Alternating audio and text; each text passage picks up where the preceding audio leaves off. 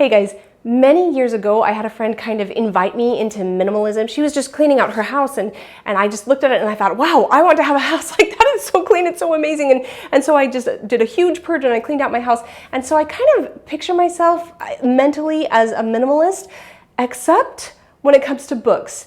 I'm like a maximalist on books. I own so many books. So if I have to classify myself, I would say I'm an essentialist because books are just essential to my happiness. I just need a lot of books to feel good about myself, I guess. I don't know. I just like books. I have lots and lots of books. And I have really thought about when I buy a book versus when I borrow a book. And I wanted to talk about the rules that I've kind of gone over for myself to say, this is when it's appropriate to buy a book. And these are the times that it's just better to borrow it from the library. And really, COVID played a big role in me deciding these things because I thought I had it all figured out.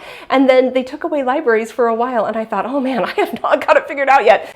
So the first question that I ask myself is, how many times am I going to read this? If I'm really only going to read it once, I'm going to borrow that. That's not something that I want to own for a long time. And I'm talking about novels generally. If it's just something that is light and fluffy and I like it and I'm only going to read it once, just one time, just borrow it, don't buy that. Having said that, I have several novels that I actually own because even if one kid reads it just once, the next one reads it and the next one reads it and the next one reads it. So we own like all the Fablehaven series and they read that more than once as well. But I'm just saying some novels, even if they're only a one-time read, are a developmental read and all my kids are going to go through it. So I buy that book so that we can have it as they work their way through.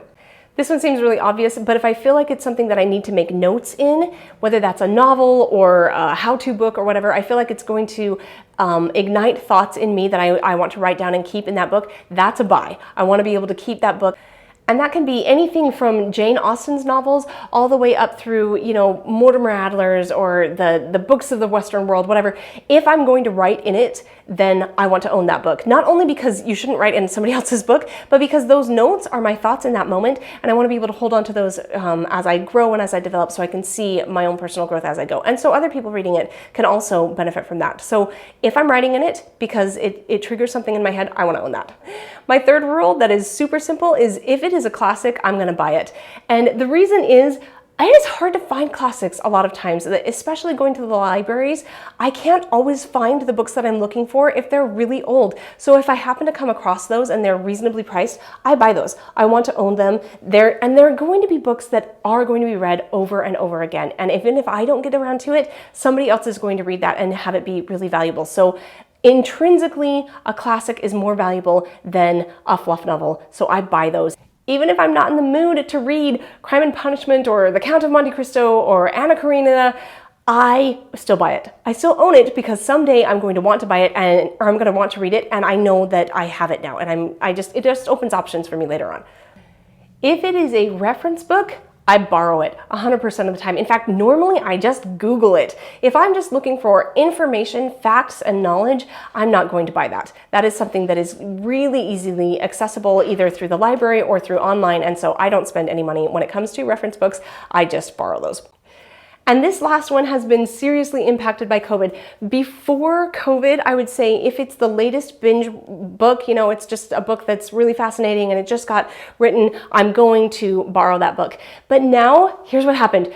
I lived in the West and I moved all the way across the country and it just cost so much to move stuff all the way across the country that I got rid of almost all of my fluff novels because I thought I can get them at the library and they're really not really valuable anyway. And then COVID happened and I realized that those fluff novels are super valuable. They play such an important role when it comes to when your life is really, really stressed out, having a place that you can go and escape and picture something much more happy and much more positive.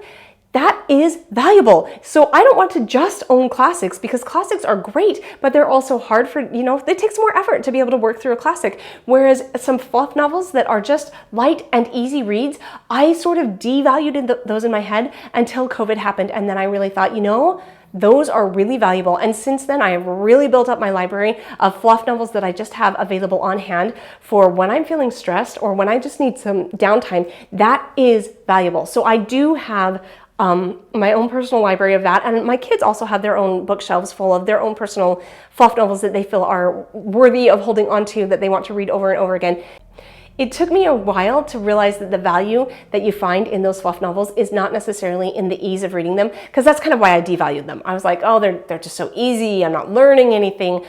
No, you probably aren't, but you are escaping and creating a place where you're able to relax and relieve your mind from its stress. That's where the value is in fluff novels. And I repent. I'm sorry. We do need fluff novels. I absolutely believe in fluff novels now, and I have a lot of them. Like I said, I've been building up my library of those just as much as I build up my library of classics, because I feel like there's a time and a place for both of them.